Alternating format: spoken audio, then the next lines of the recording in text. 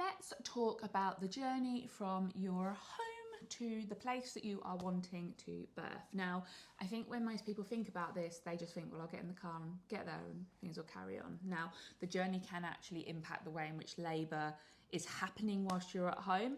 And if you don't know this, you can end up feeling very, very disheartened. So let's talk a little bit about why that is, kind of what happens and how we can help it a little bit.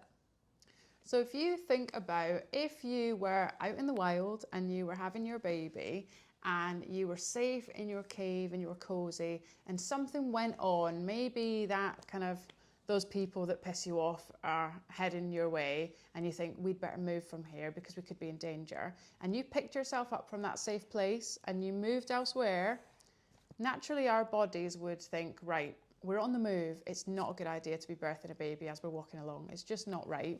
Our bodies don't know that we are in the 2020s and that actually moving to a place to birth our baby has become the norm.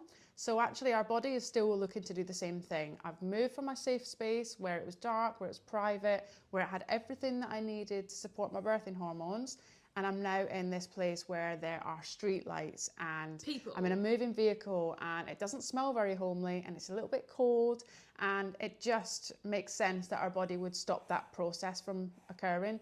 It thinks it's in danger, essentially. Your body's going, danger, because you were moving. That's what it reckons. And obviously some babies are born in cars and it's not really ideal. But for the most part, the labour will slow or stop during that journey. You've also got to remember that when you get to the hospital, you are at a new place, and so your body has to become familiar with that place. Actually, research shows us that adrenaline peaks, and that for most people going to hospital, whether you like hospitals or not, that you'll get there and your body goes, oh, fuck, because it all becomes very, very real all of a sudden.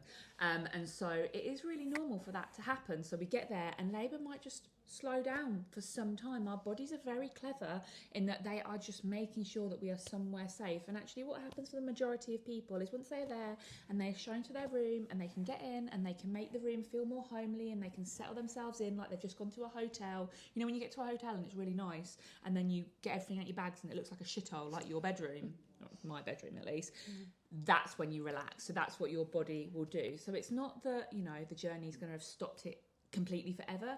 It's just that it needs to kind of work itself out again.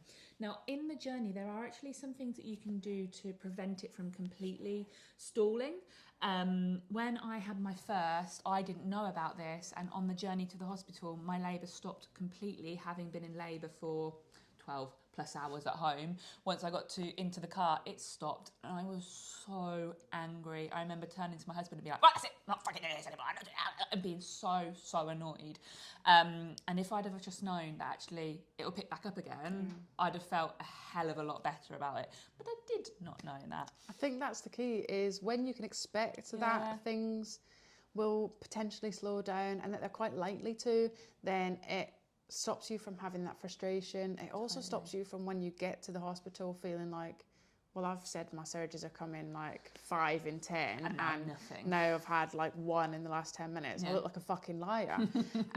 And when you know that and you think, oh, do you know what? It doesn't matter. It's going to pick back up again. Then that keeps you a lot calmer and stops you from fucking raging like Jade was. Yes, absolutely. Now, things that you can do in the car on the way to the hospital, if that's how you're travelling there, to help keep yourself nice and chilled and just help them contractions. They'll probably die down anyway, but help them start back up a lot easier.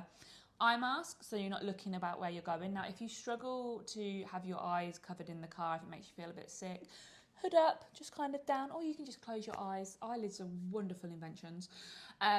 Listening to any MP3s, listen to some chilled music. Definitely don't listen to the news because nobody needs that bullshit in their lives at the moment. Maybe you could listen to a funny podcast. That's my biggest recommendation. I am currently loving Off Menu. That is my favourite podcast at the moment, just lolling at it. So there's a little podcast recommendation. We always recommend My Dad Wrote a Porno as well. Just something to keep that oxytocin going while you're on your way there. If you are going to listen to any relaxation hypnosis MP3s, make sure you are doing it with headphones so that the person driving isn't listening to them as well. And that's kind of it. Yeah, Just you want to be chill. supporting those hormones, Yeah. keeping things on like a steady, even flow from when you're at home. So keeping yourself nice and cozy, making yourself as comfortable as possible. Perhaps take some blankets and stuff in the Yeah. car with you just to remain sort of as nice and cozy. And yeah, actually, it might be that things slow down, and that might actually be the best thing, because if things continue on as they were at home without you being able to move around and you feeling like you're kind of trapped in the car, then it might not be that pleasant. So almost looking on the bright side can be useful as well. Absolutely. So once you get to that hospital, then you can just chill out, get into your space, and that's kind of all you need to do. Just knowing that it could slow down is life-changing. Like, it really, really does help you, and it will mean that when it happens, you're not pissed off. You will just be like, this can happen. Let's just put something funny on and get my hood up, and we'll be there in no time. And once you get there, get that oxytocin flowing, and that will help for things to pick up again. You can check out our video on oxytocin.